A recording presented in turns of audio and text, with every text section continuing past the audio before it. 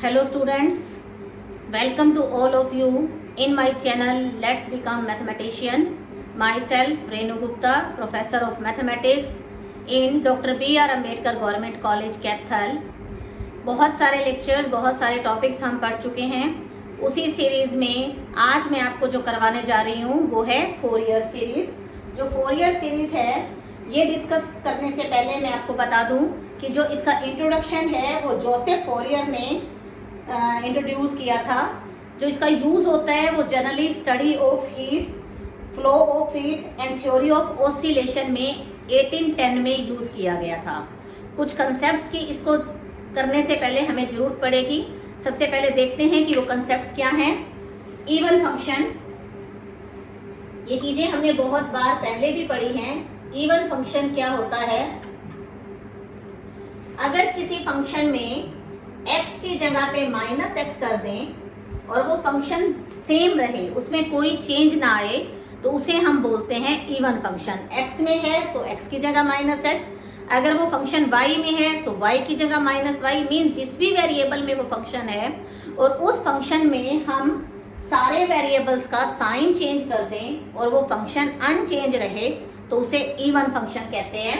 For example, मान लीजिए हमें फंक्शन दिया हुआ है x की power 4 plus x square plus 6. x की जगह पे -x कीजिए, क्या बनेगा? -x raise to power 4 minus x का स्क्वेयर प्लस 6, यानी x की पावर 4 -1 की पावर 4 इवन है, पॉजिटिव हो जाएगा. यहाँ भी इवन पावर है, पॉजिटिव हो जाएगा, प्लस 6, यानी ये दोबारा हमारा fx का fx आ गया. इसके अलावा जो कोस फंक्शन होता है वो भी इवन फंक्शन होता है, या फिर इस टाइप का function x square into cos x, ये भी इवन फंक्शन है, या फिर एक्स क्यूब साइन एक्स, ये भी इवन फंक्शन है, क्योंकि माइनस इसमें से कॉमन आ जाएगा और साइन भी माइनस साइन को बाहर निकाल देता है, तो कुल मिला के माइनस माइनस प्लस हो जाएगा, तो ये भी इवन फंक्शन होता है. सेकेंड कंसेप्ट हम पढ़ेंगे odd function. Just opposite to this, अगर किसी फंक्शन में x की जगह -x करने के बाद -fx बन जाए तो उसे हम कहेंगे odd function. For example, fx is equal to x cube plus 6x. करिए यहाँ पर चेंज, x की जगह -x, क्या बनेगा? -x cube plus 6 of -x, ये बन गया -x क्यूब माइनस 6x. इसमें से अगर हम माइनस कॉमन ले लें तो अंदर बचेगा x क्यूब प्लस 6x, यानी कि माइनस ऑफ fx. इसका सबसे अच्छा एग्जांपल होता है साइन x. जो साइन फंक्शन होता है वो ओड फंक्शन होता है. या इसके अलावा x स्क्वायर साइन x, ये भी ओड फंक्शन है, या x क्यूब कोस x, ये भी ओड फंक्शन है. और जो फंक्शन ना इसके बराबर हो और ना ही -fx के बराबर हो वो फंक्शन होता है neither even nor odd function. जैसे कि मान लीजिए आपके पास फंक्शन है fx is equal to x4 plus x cube plus 6. इसमें आप चेंज करके देखिए क्या बनेगा? Minus of x4 minus of x cube plus 6, यानी x की 4 माइनस एक्स क्यूब प्लस 6. देखिए ना तो ये fx के बराबर है ना ही -fx के बराबर है, तो ये फंक्शन ना तो इवन है और ना ही ओड है. इसके बाद नेक्स्ट डेफिनेशन इसमें आती है पीरियोडिक फंक्शन. पीरियोडिक से हमारे माइंड में एक पेंडुलम आता है कि वो ऐसे जाएगा, फिर ऐसे आएगा, फिर ऐसे जाएगा और इस टाइप से वापस मूव करेगा. मीन्स उसका रोटेशन फिक्स होता है, जितना इधर जाएगा उसके बाद इधर ही इतना वापस आ जाएगा. तो पीरियड का मतलब होता है कि अगर कोई फंक्शन एक पर्टिकुलर स्पैन ऑफ इंटरवल के बाद अपना बिहेवियर सेम रखता है तो उसे हम बोलते हैं पीरियोडिक फंक्शन. पीरियोडिक फंक्शन, मान लीजिए हमारा फंक्शन r से r तक है, हम रियल लाइन से डिफाइन करते हैं. वो पीरियोडिक तब कहलाएगा if x plus lambda is equal to fx means function में लैम्डा ऐड करने के बाद सारी वैल्यूज में वही वैल्यू आ जाए वापस जो fx की पहले से थी, तो हम उसे बोलते हैं periodic function. Sine x, cos x,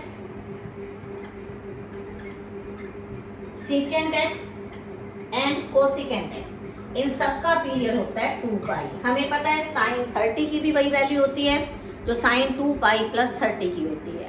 कोस 60 की वही वैल्यू आएगी जो 2 पाई प्लस 60 की आएगी। 2 pi plus 60, 4 pi plus 60, 6 pi plus 60 means 2 पाई के मल्टीपल में जो कुछ भी आएगा वो सेम वैल्यू देगा जो पहले एंगल के सॉल्व करने पे वैल्यू आनी चाहिए थी। सीकेंट 90 वही होगा जो सीकेंट 2 पाई प्लस 90 होगा। इसको बोलते हैं पीरियोडिक फंक्शन। अगर साइन एक्स का पीरियड 2 पाई है तो साइन 2x का पीरियड होगा 2 पाई बाय 2 यानी कि पाई। इसी तरह साइन 3x का जो पीरियड होगा वो होगा 2 पाई बाय 3। तो इस टाइप से हम किसी भी फंक्शन का पीरियड निकाल सकते हैं। उसके बाद जो इसमें कुछ इंपॉर्टेंट रिजल्ट यूज होंगे, हालांकि ये सारे रिजल्ट हमने छोटी क्लासेस में पढ़े हुए हैं, लेकिन यहाँ हम उन्हें रिवाइज कर रहे हैं ताकि आपको यूज करते हुए दिक्कत ना आए। सबसे पहला result sine n pi plus alpha, ये बराबर होगा -1 की power n sine alpha. n हमारा नेचुरल नंबर होगा, मतलब अगर 1 पाई प्लस अल्फा लेंगे, 1 पाई प्लस अल्फा, तो वो क्या बनेगा -1 की power 1 sine alpha minus sine alpha. वैसे भी आपको पता है साइन 1 पाई प्लस अल्फा यानी 180 प्लस अल्फा कौन से क्वाड्रेंट में आ गया, थर्ड क्वाड्रेंट में। थर्ड में साइन नेगेटिव होता है और 180 पे एंगल नहीं बदलता, तो ये माइनस साइन अल्फा हो जाएगा। अगर 2 पाई प्लस अल्फा है तो ये वापस फर्स्ट क्वाड्रेंट में आ गया, तो -1 की पावर 2 साइन अल्फा, तो ये प्लस साइन अल्फा बन जाएगा। इसी तरह cos n pi plus alpha, second है cos n pi plus alpha, ये बराबर बनेगा सेम -1 की power n cos alpha and n belong to natural number.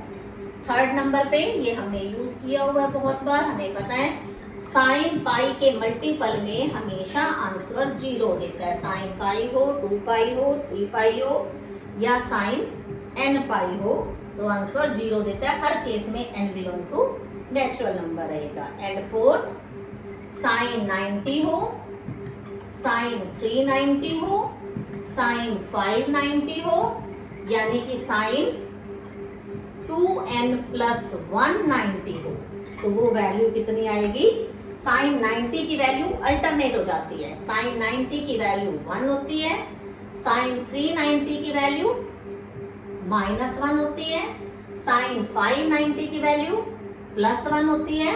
तो इसी तरह ये क्या बनेगी आपके पास -1 की पावर n,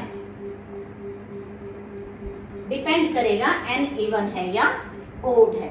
इसी तरह अगर आपके पास कोस में है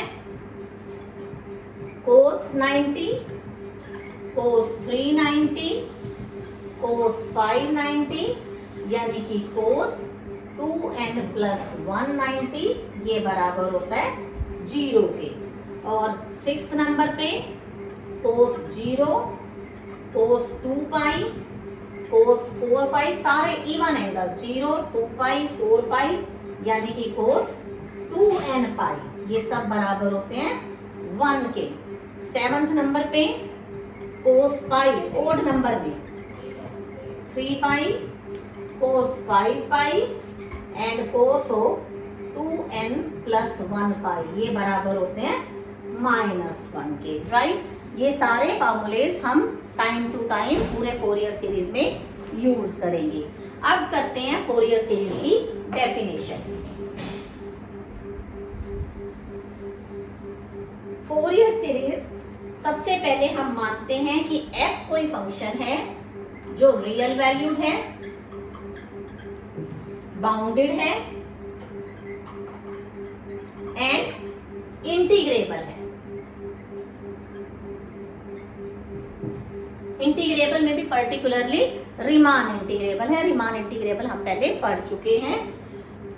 किसी इंटरवल में डिफाइंड होगा c से c प्लस 2 ये हमने कोई पर्टिकुलर इंटरवल मान लिया, क्योंकि फंक्शन किसी इंटरवल में डिफाइंड होता है, किसी में नहीं होता है। तो हमने मान लिया कि जो इंटरवल हम पर्टिकुलर कंसीडर कर रहे हैं उस इंटरवल में हमारा ये फंक्शन रियल वैल्यूड है। रियल वैल्यूड का मतलब जब हम फंक्शन में ये वैल्यू पुट करेंगे तो जो हमारा आंसर आएगा वो रियल नंबर आएगा। उसके बाद बाउंडेड है, मतलब ना तो इन्फिनिटी आएगा ना माइनस इन्फिनिटी आएगा, और फंक्शन का इंटीग्रेशन लिया जा सकता है। देन जो fx है वो किसके बराबर होगा, a0/2 plus summation n from 1 to infinity an cos nx plus bn sin nx, where a0 is equal to 1/π integration c से c प्लस 2π, यही वाला interval fx dx, an is equal to 1/π same c से c plus 2π, यहाँ हम fx को multiply कर देंगे cos nx से, और n हमारा वैल्यूज लेता रहेगा 1 2 3 एंड सो ऑन। bn होगा 1/π c से c plus 2π fx sin nx dx, n होगा उसी तरह 1 2 3। मैं इसे एक बार रिपीट कर देती हूँ।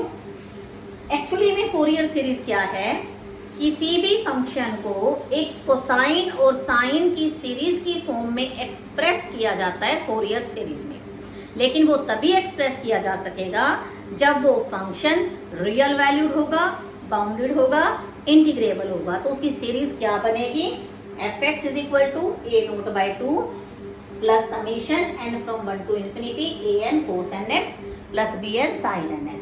a0 कैसे निकाल लेंगे, मतलब सीरीज तो यही बनेगी, लेकिन अब ये a0 an bn जिनको हम फोरियर कोफिशिएंट बोलते हैं, a0 निकाल लेंगे कैसे, जो भी हमें फंक्शन दे रखा होगा, जिसे भी हमें सीरीज की फॉर्म में एक्सप्रेस करना है, हमें उसका इंटीग्रेशन निकालना होगा, और इंटीग्रेशन की लिमिट क्या होगी, जो हमें इंटरवल ये दे रखा है और उसे पाई से डिवाइड कर देंगे। an कैसे निकालेंगे, जो फंक्शन है उसे cos nx से मल्टीप्लाई करके इंटीग्रेशन निकाल लेंगे, लिमिट यही पुट करेंगे और फिर पाई से डिवाइड करेंगे। सेम वे bn कैसे निकाल लेंगे, इसी फंक्शन को sin nx से मल्टीप्लाई करके इंटीग्रेट करके with in the same limit और पाई से डिवाइड करके, तो यहाँ से हमारा a0 an और bn आ जाएगा।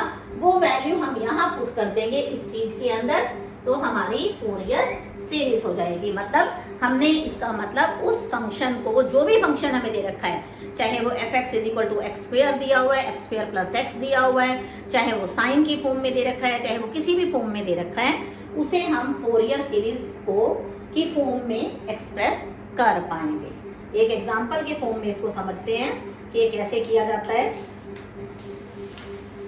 मान लीजिए हमें एक क्वेश्चन दिया हुआ है,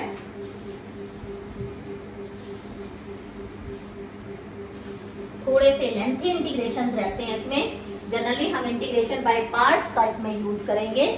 मान लीजिए हमारे पास फंक्शन दिया हुआ है fx is equal to 1/4 pi minus x का होल स्क्वायर और 0 से 2π, मतलब जो ये फंक्शन है उसको आपको डिफाइन किया गया है 0 से 2π इंटरवल में। मतलब यहाँ पर जो c है वो आपका 0 है और c प्लस 2π, तो c 0 हो गया तो 2π, लोअर लिमिट 0 अपर लिमिट 2π।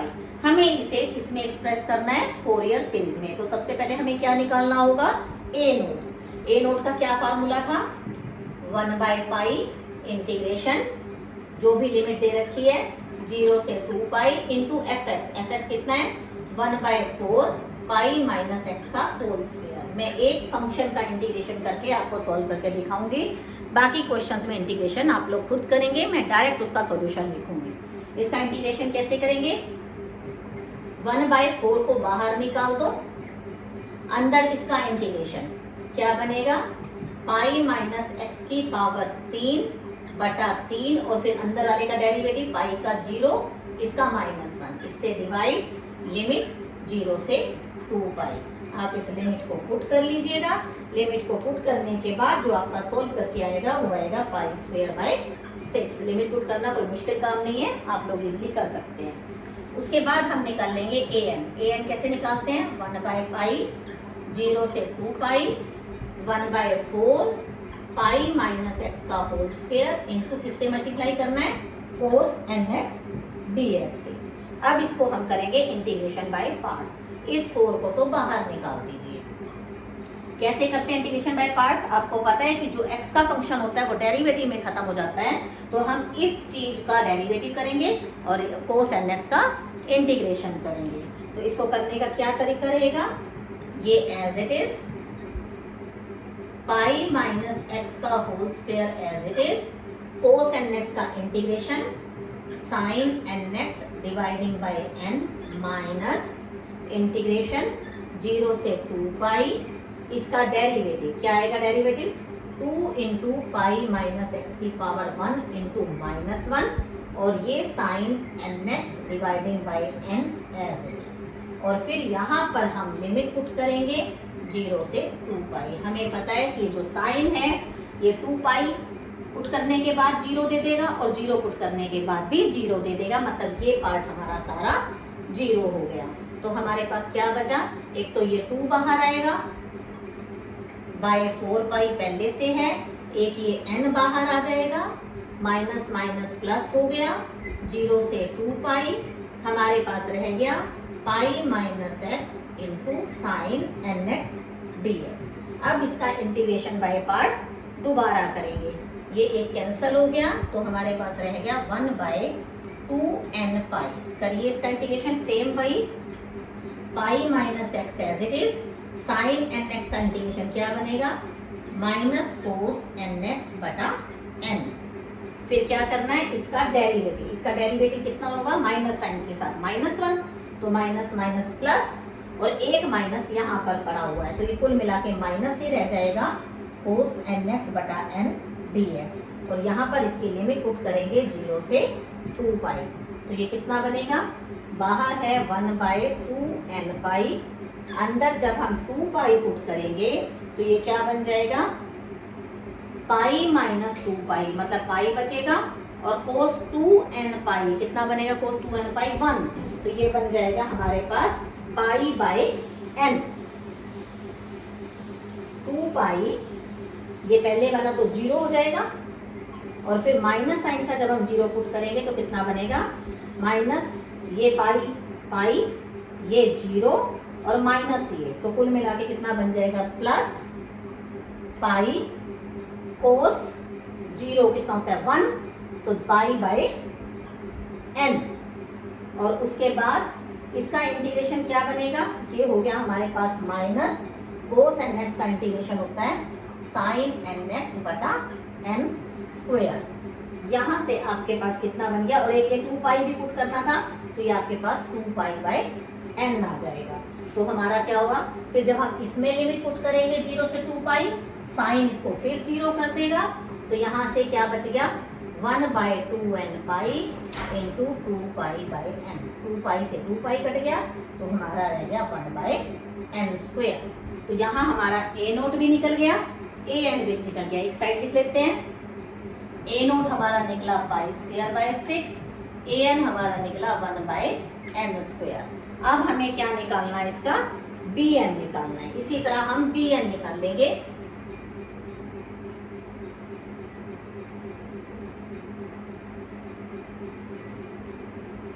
हाँ जी, bn का क्या फार्मूला था, 1/पाई इंटीग्रेशन 0 से 2 पाई, जो ये फंक्शन दिया हुआ है पाई माइनस एक्स का होल स्क्वायर, और फिर इसको किससे मल्टीप्लाई करनी है, साइन nx dx से। इसी तरह इसका करेंगे इंटीग्रेशन बाय पार्ट। क्या तरीका होता है, आप डायरेक्ट भी कर सकते हो, 1/4 pi first as it is, इसका integration minus cos nx by n, इसका डेरिवेटिव क्या बनेगा, -2/n स्क्वायर, पहले -2 इंटू पाई माइनस एक्स, और फिर इसका इंटीग्रेशन, ये शॉर्टकट तरीका है, साइन nx, और ये n यहाँ से बटा में आएगा, एक n पहले से है तो कुल मिला के n स्क्वायर हो गया, फिर प्लस पहले वाले के साथ माइनस साइन लगता है, अगले वाले के साथ प्लस लगता है। फिर इसका क्या आएगा, डेरिवेटिव। इसका डेरिवेटिव कितना होगा, 2/n² एज इट इज। इसका डेरिवेटिव -1 यानी कि 2/n², और इसका इंटीग्रेशन cos nx बटा n यानी कि n³। इसका डेरिवेटिव -1 आएगा, माइनस हमें लगाना है तो कुल मिला के प्लस आ गया। आप चाहें तो इसे लॉन्ग मेथड से भी कर सकते हैं। क्या किया हमने, ये एज इट इज, इसका इंटीग्रेशन, फिर इसका डेरिवेटिव, इसका इंटीग्रेशन, इसका डेरिवेटिव, इसका इंटीग्रेशन। साइमल्टेनियसली भी आप इस स्टेप को चला सकते हैं। एक बार बस ये एज इट इज हमें रखना होता है। फिर इसका डेरिवेटिव, ये वाला इसका इंटीग्रेशन, फिर इसका डेरिवेटिव और इसका इंटीग्रेशन। लिमिट पुट कर दीजिए 0 से लेकर 2π तक। जब ये लिमिट पुट करेंगे आप तो क्या बनेगा इसका, यहां से 1/4π, यहां पुट करिए 2π, पाई माइनस 2π कितना बच गया, पाई, यानी कि पाई का square, pi minus 2π minus pi, और माइनस यहाँ पर है -π² cos ऑफ 2nπ बटा n। फिर उसके बाद जब हम 0 पुट करेंगे, पहले यहाँ पुट कर दीजिए 2nπ तो ये 0 हो जाएगा। यहाँ पुट कर दीजिए cos 2nπ प्लस 2 बटा n³ cos ऑफ 2nπ। ये तो हुआ अपर लिमिट पुट की। फिर माइनस, जब हम 0 पुट करेंगे, यहाँ 0 पुट करेंगे तो कितना आएगा, π²। यहाँ पुट करेंगे माइनस cos 0 1 बटा n, माइनस ये तो 0 हो जाएगा। यहाँ पुट करेंगे माइनस साइन लगेगा क्योंकि डाउन लिमिट पुट कर रहे हैं, प्लस 2 बटा n³ और cos 0 कितना होता है, 1 होता है। तो इसको सॉल्व करिए, 1/4π, ये 1 हो जाएगा तो ये बच गया -π² बटा n, प्लस ये 0, ये 2/n³, ये 0, यहाँ से माइनस माइनस प्लस π²/n, ये -2/n³। तो कुल मिला के ये सारा कैंसिल हो गया, तो हमारे पास रह गया 0। अब हमें क्या करना था, फंक्शन को फोरियर में पुट करना था। क्या फार्मूला था, fx is equal to a0/2 plus summation n from 1 to ∞ an cos nx plus bn sin nx। करिए यहाँ पर वैल्यू पुट। a0 कितना आया था, π²/6 मतलब π²/12 हो गया।